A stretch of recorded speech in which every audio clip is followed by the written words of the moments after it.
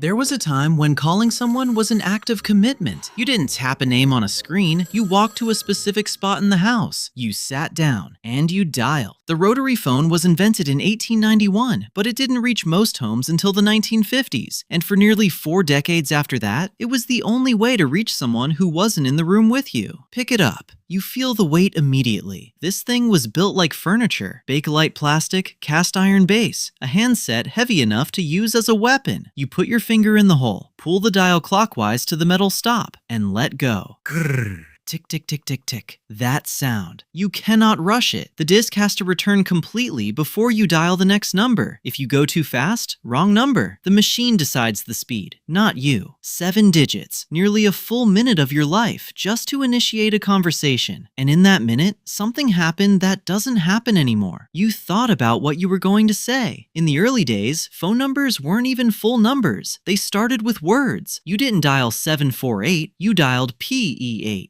Pennsylvania 8. Your number was tied to a neighborhood, a place, a community. Strangers could tell where you lived just from your exchange. And your number was public, printed in a book, delivered to every door in the city once a year. The phone book. Thousands of names, thousands of addresses, your entire city, alphabetized, on paper, in your hands. If you wanted to reach someone, you looked them up. No privacy settings, no last seen, just here's where I live, here's my number, call me. Before direct dialing, there was someone between you and the call, the operator, a real person, almost always a woman, sitting at a massive switchboard, physically plugging cables into sockets to connect your line to someone else's. You picked up and said, "Get me Riverside 62233, and she would say, "One moment, please." These women memorized hundreds of numbers. They knew the doctor's schedule. They knew which families were going through hard times. In small towns, the operator knew everything and kept most of it to herself. When automatic exchanges replaced them in the late 1950s, people weren't just inconvenienced, they were grieving. Because they weren't losing a service, they were losing a relationship. Think about what was said on these phones. July 1969, Houston, Mission Control. The Eagle has landed. Millions of ordinary kitchens. It's a boy. He didn't make it. I think I'm in love with you. No text, no emoji, no edited, reconsidered, deleted, and rewritten message. Just a voice, through wire, into an ear. And you couldn't hide in a voice the way you hide in text. Your breath gave you away. Your silence gave you away. The slight crack at the end of a sentence gave you away.